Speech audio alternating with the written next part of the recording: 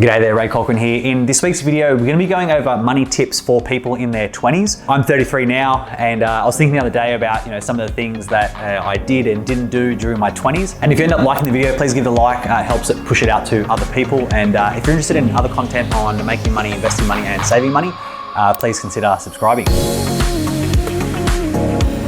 So your 20s are a really interesting time period. You've got, for most people, obviously everyone's different, so this may vary from person to person, but generally, most people spend their 20s or at least their early 20s with no kids, heaps of time, heaps of freedom, and no real heavy commitments yet. That's what kind of makes your 20s quite unique compared to the rest of your life. In this video, I really want to talk about, what can we do to ensure or increase the chances that you'll have, a really great life with lots of money and all that sort of stuff and lots of comfort and freedom. So tip number one is invest in your skills. So one of the things that I was taught by one of my mentors was the concept of learn, earn, and then return. Everyone's different, but generally he told me that 20s is for learning, 30s and beyond is for earning, and 40s maybe onwards is about returning, so giving back. In your 20s, you're kind of building a lot of your skill set that will sort of form the basis of what you get paid for in your 30s. Now that might happen earlier or later, depending on your own situation, but generally this is how it typically flows. And then as you get older, you want to sort of help the next generation out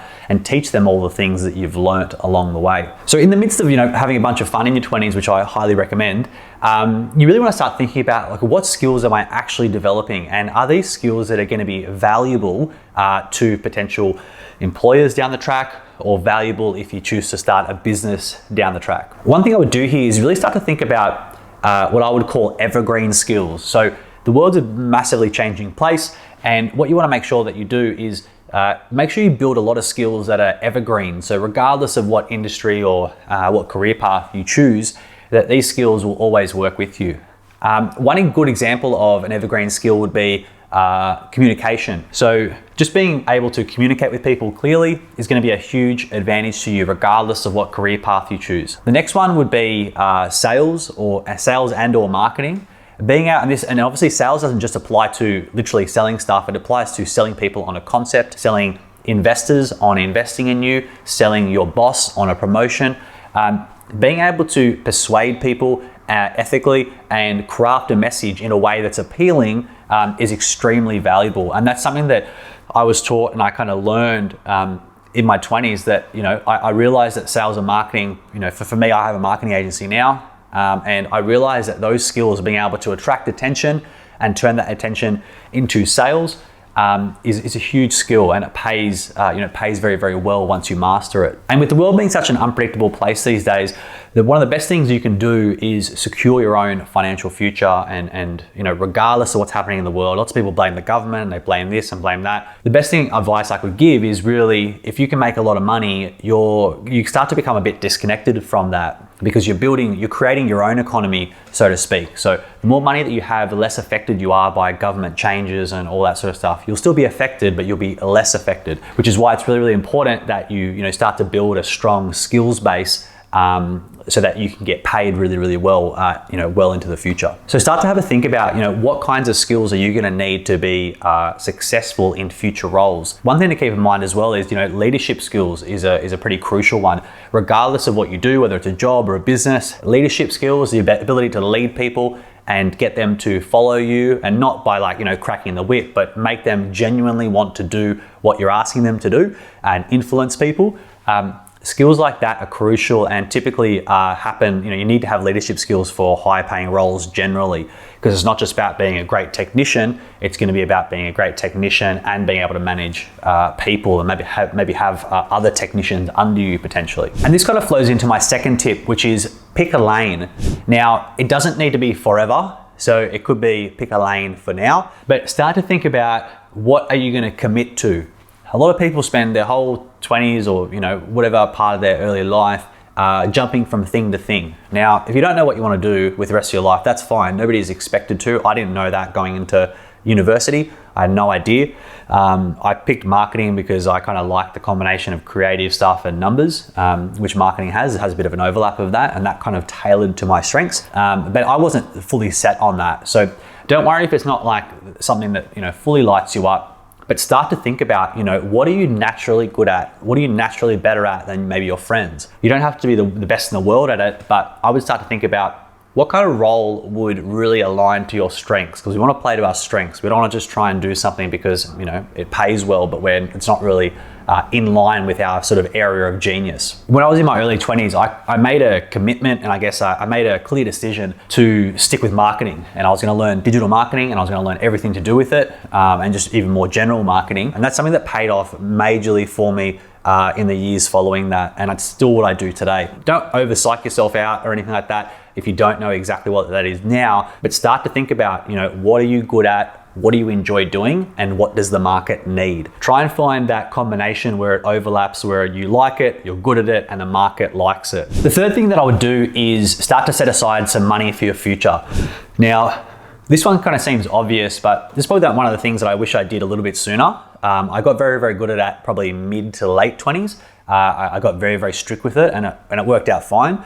But if I had my time again, I would have just started earlier. And I don't think people in their 20s personally should be extremely strict, unless you're trying to become a bazillionaire or something. I don't think that, it's a great time to enjoy your life, because realistically you have time on your side. If you're in your early or mid 20s or whatever, you've got time on your side. So I would focus on, you just pick a percentage or a dollar amount that comes out of your pay each week or each fortnight or each month, and just start with that. And I think it's more important that you get used to taking a chunk of whatever comes in and it gets shipped off. It's the concept of paying yourself first. Just get used to taking a chunk out, putting it away, taking a chunk out, putting it away. That habit is more important than the dollar amount, in my opinion. You start with 10% if you want, you can move up to 20%, you can move up to 50% if you're more ambitious. The main thing is that you get into the habit of whatever comes in, you don't spend it all. You take a chunk, put it away, take a chunk, put it away. That habit is crucial, and the sooner you can get that habit, the better. And that still means you can have a lot of fun, but it means that you're kind of handling your business first, and then you have the fun with what's left over. Number 4 is start to establish your cash buffer. So regardless of your circumstances, you might start with making your first $100 or your first $1,000 or $10,000 or $50,000 or $100,000 even. Wherever you're starting from, start to get to a point where you have a cash buffer that you don't touch for any reason. That's going to be your financial fortress. I can't remember where I heard that, but I love that sort of phrase. It was in a book somewhere. But basically, that is your safe cushion for if anything goes wrong, you've got that money there. That might be for many people. It could be 3 months, 6 months, 12 months of living expenses. And that's up to you. But pick the amount, save that up, and have that buffer there. And then from then, we kind of just forget about it. That's the buffer, and we just leave it where it is. Number 5 is once you've saved up a solid buffer, anything beyond that, next step for you is to start making some initial investments. Now, for someone that in their 20s, most people in their 20s, I was like this. I didn't know anything about investing. I knew I needed to make my money work for me, and I knew in a savings account, it was not going to make anything.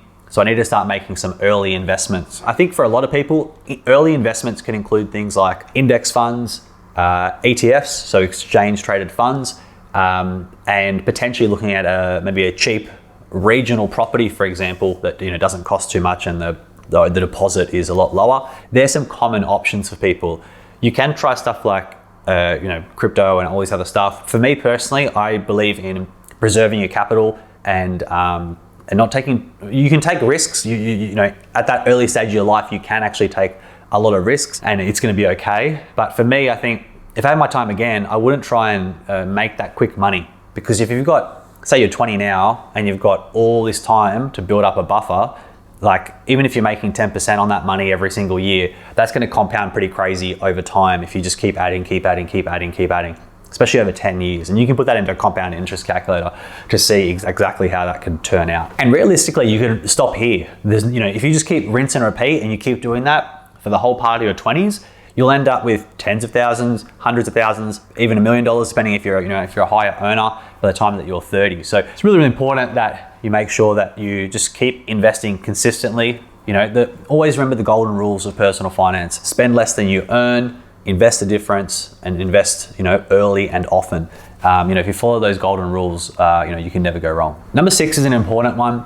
And what I really, really recommend is starting to look at, like what types of people are, on the bus and on board with what you're trying to do, and which people are sort of maybe holding you back or not really in line, and maybe not going in the direction that you want to go. What you find is, well, what's my experience was, everyone kind of drifts and they start heading towards whatever they were going to become. So if people were going to be successful, they start heading that way. If people are going down the gurgler, they start going that way. But either way, whatever was naturally going to happen, it starts playing out as the years roll by. You really need to have a look at your own friendship circle. I'm not saying just drop everyone all of a sudden and everybody's a hater or nothing like that. I'm not saying anything like that. But what I'd really recommend is start to look at, who do you hang out with? And, because they really affect the trajectory of your life. If you hang out with people that aren't on board with that and you really, want to create something quite special, and you don't need to expect them to do the same thing, but it's more like are they on board with it? Are they positive?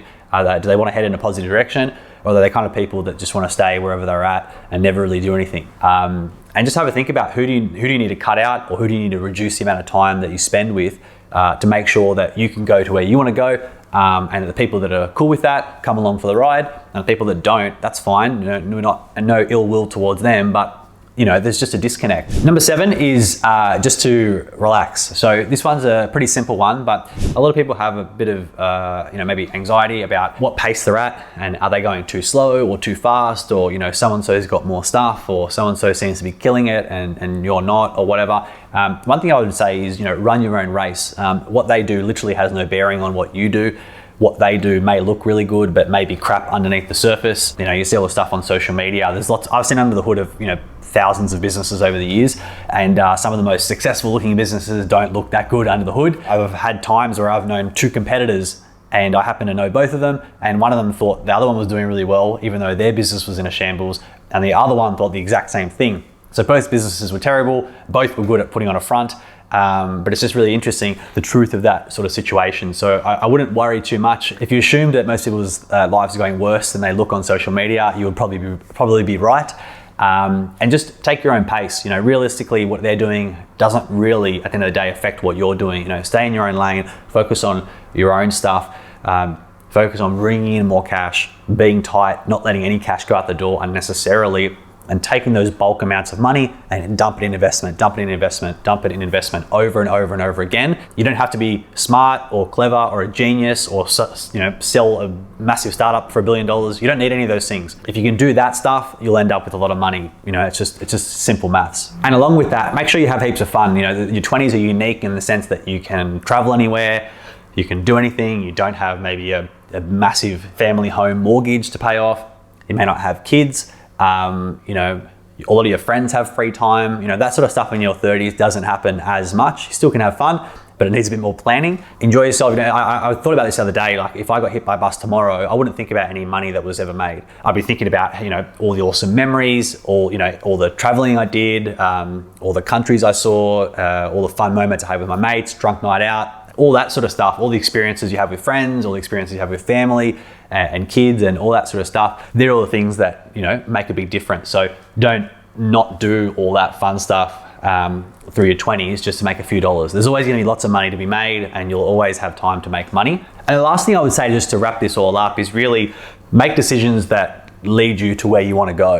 You're going to have people in your life that don't want to make zillions of dollars, and that's totally fine. But just make sure that your actions are aligned to someone that, does want, if you want to achieve certain things or you want to make certain amounts of money, there's going to be, your lifestyle is going to look different to someone that doesn't want those things. So you may have situations where you're working every week or on the weekends or at night or early in the morning or whatever. You're not going out to certain fun things because you need to save money or whatever. Just understand that your lifestyle should look different if you have different objectives to other people. So I hope you've enjoyed that video. If you liked it, please give it a like. If you enjoy videos like this, please consider subscribing. And other than that, I'll see you on the next video. Cheers.